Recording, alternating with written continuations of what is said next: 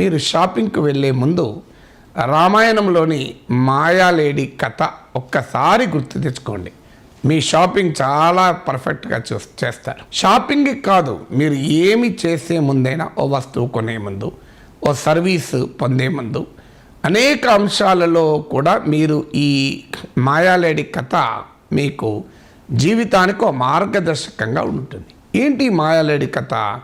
So మారీచుడు బంగారు లేడి రూపం ధరించి పర్ణశాల సమీపంలోకి వస్తాడు. దాన్ని చూసి ఆ బంగారు లేడి, ఆ మాయాలేడి నిజమైన లేడీ అని అనుకొని సీతమ్మ తల్లి మనసు పడుతుంది, ఆ లేడీ కావాలి అని. కానీ మీరు గమనించండి, రామాయణంలో లక్ష్మణుడు చెప్పినట్టు కూడా ఉంటుంది, లేదు తల్లి ఇది నిజమైన లేడీ కాదు, ఇది రాక్షస మాయ అని. ఎందుకంటే ఆ లేడీ గడ్డి తింటున్నట్టు నటిస్తుంది, తినదు. ఎందుకంటే పౌరాణిక గాథల ప్రకారము ఈ కామరూప విద్య తెలిసిన వారు, అంటే ఒక రూపాన్ని, కావాలనుకునే రూపాన్ని పొందగలిగే విద్య తెలిసిన వారు తమ నిజ రూపాన్ని దాచుకొని ఒక మాయా రూపంలో వ్యవహరిస్తుంటారు. కానీ కొన్ని సందర్భాల్లో వాళ్ళ మాయా రూపం పోయి నిజ రూపం వస్తుంది. ఉదాహరణకు వారు నిద్రించే సమయంలో, వాళ్ళు భోజనం చేసే సమయంలో, దాంపత్య బంధంలో ఉన్న సమయంలో, ఇలాంటి సమయాల్లో వాళ్ళ నిజ రూపం వచ్చేస్తుంది. మీకు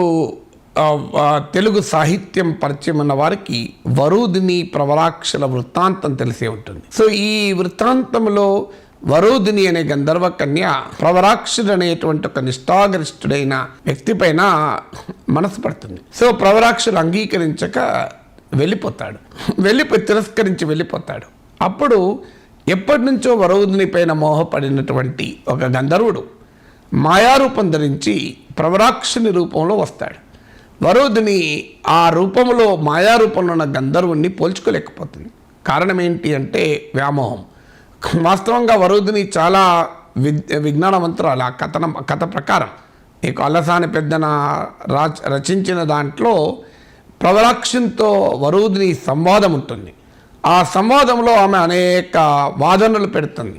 మీరు ఆ వాదనలు వింటే మనకు అర్థమవుతుంది ఆమె చాలా విద్యావంతురాలని.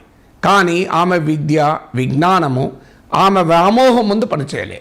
అంటే వ్యామోహము ఉన్నప్పుడు ఏది పనిచేయదు.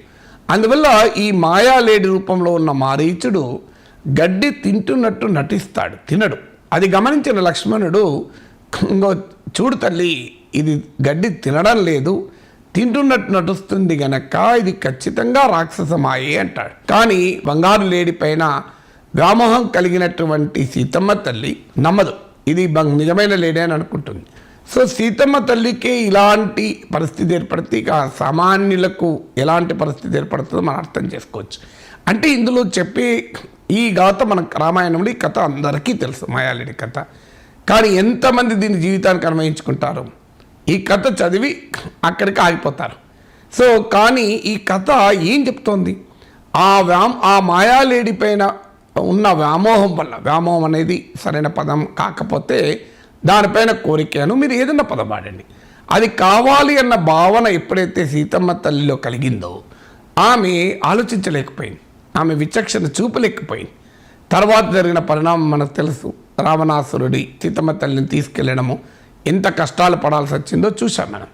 అంటే అర్థం ఏంటి? ఈ కథ నుంచి మన జీవితానికి అన్వయించుకోవాల్సింది, మన పిల్లలకు చెప్పాల్సింది ఏంటంటే, దేనిపైనైనా కోరిక తప్పు కాదు, వ్యామోహం తప్పు.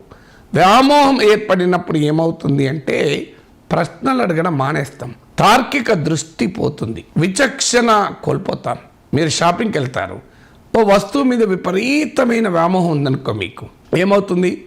ఆ వస్తువు మంచిదా చెడ్డదా, ఆ వస్తువు ధర సరైందా కాదా, ఆ షాప్ కాకుండా ఇంకా 4 షాపులు తిరిగితే మనకి ఇది కాక దీనికి ఏమైనా ఆల్టర్నేటివ్ దొరుకుతుందా, అసలు ఈ వస్తువు ఇప్పుడు జీవితంలో అవసరమా, మన ఖర్చుకి ఇది ప్రాధాన్యతల క్రమంలో ఇది అవసరమా, ఇంతకన్నా ఎక్కువ అవసరం ఉన్నటువంటి వాటిపైన ఖర్చు పెట్టాలి తప్ప దీనిపైన ఎందుకు ఖర్చు పెట్టాలి, ఇలాంటి ప్రశ్నలు వేసుకోం. నాకు ఇది కావాల్సిందే, ఇది ఎందుకు కావాలి, ఇది అవసరమా, ఇది ఉపయోగమా, ఇది కాక ఇప్పుడు ప్రియారిటీ, ఇవన్నీ ఏవీ ఉండవు. ఒకటే ఆలోచన, ఒకటే వ్యామోహం, నాకు ఆ వస్తువు కావాల్సిందే. వారికి మాయాలేడి కథ చెప్పి వ్యామోహం ఎంతటి విపరీత పరిణామాలకు దారితీస్తుంది అని మీరు రామాయణంలో చదివి నేర్చుకోండి అని. చివరకు పెళ్లి చూపులకు పోయేటప్పుడు కూడా మానసిక శాస్త్రవేత్తలు చెప్తారు, వ్యామోహంతో పోయారనుకోండి మీరు ఎలాంటి విచక్షణ లేకుండా సంబంధాలు నచ్చే ప్రమాదం కూడా ఉంటుంది. సో అందువల్ల ఎక్కడా వ్యామోహం పనికిరాదు. ఏ అంశం పైన వ్యామోహం, ఆఖరికి మీకు చాలా విజ్ఞానం ఉంది, తెలివితేటలు ఉన్నాయి. మీ తెలివితేటల పైన మీ విద్వత్తు పైన వ్యామోహం పెరిగిందనుకోండి, మీలో లోపాలు మీరు గుర్తించలేరు. నాకు ఇది తెలియదు అనుకోలేరు, నేను తప్పు చేయను, నాకు తెలియంది లేదు అనే అహంకారము అహంభావం పెరిగిపోయే ప్రమాదం ఉంటుంది. అందువల్ల మీ అందం పైన వ్యామోహం ఉందనుకోండి, చాలామందికి ఉంటుంది వ్యామోహం, అందం పైన వ్యామోహం, నన్ను మించిన అందగాలే లేరు అని భ్రమపడుతూ ఉంటారు. వ్యామోహం నిజమే కావచ్చు, వాళ్ళు బాగా అందగాలే కావచ్చు, అందగత్తెలే కావచ్చు, ఆ అద్దం మీద కూర్చొని తమను తాము చూసుకుంటూ ఇక తమను మించిన అందగాలు లేరు అని అనుకుంటారు. కానీ వాళ్ళకి అర్థం కాదు ఆ అందం శాశ్వతం కాదని. అందువల్ల ఆ వ్యామోహం పడితే ఈవెన్ మీకు ఆఖరికి జంక్ ఫుడ్, ఇవాళ రేపు పిల్లలు జంక్ ఫుడ్ తింటుంటారు. సో పిచ్చిగా తింటుంటారు. ఇంట్లో తల్లి వంట వండుతుంది, వాడు వంట వండినప్పుడు చెప్పడు, అయిపోయినాక చెప్తాడు, వెళ్ళి తినచ్చున అంటాడు. సో ఈ జంక్ ఫుడ్ ఎందుకు తింటున్నారు తెలియదా? జంక్ ఫుడ్ తినేవారికి ఇది ఆరోగ్యానికి మంచిది కాదు, ఇది డయాబెటిక్స్, బ్లడ్ ప్రెషర్ లాంటి విపరీత అనారోగ్యాలకు కారణమవుతుంది. అయినా ఆ జంక్ ఫుడ్ పైన తింటూనే ఉంటారు. చాలామంది సిగరెట్ అలవాటు ఉన్న వాళ్ళు నాతో అంటుంటారు, నువ్వేదో సిగరెట్ తాగకూడదని చెప్తావా, ఏం మాట్లాడతావు, డాక్టర్లు తాగుతలేరా, కార్డియాలజిస్టులు తాగుతలేరా అంటారు. నిజమే, డాక్టర్లు తాగుతున్నారు, కార్డియాలజిస్టులు తాగుతున్నారు, వాళ్ళకి తెలియదా పొగ తాగడం మంచిది కాదు, ఊపిరితిత్తులు దెబ్బతింటే అని తెలియదా? తెలిసి కూడా వదలలేరు. కారణం దానిపైన వాళ్ళు వ్యామోహం పెంచుకున్నారు. ఆ సిగరెట్ పైన వ్యామోహం పెంచుకున్న వాడు తనకు తెలిసిన శాస్త్రీయ విజ్ఞానాన్ని కూడా ఆచరించలేకపోతున్నాడు. అందువల్ల రామాయణంలోని ఈ మాయాలేడి కథ ఒక చిన్న ఘటన, అంటే పెద్ద పరిణామానికి దారితీసిన ఒక చిన్న ఘటన మన జీవితానికి అన్వయించుకున్నప్పుడు మన వ్యక్తిత్వం వికసిస్తుంది, జీవితంలో మనం బాగుపడతాం.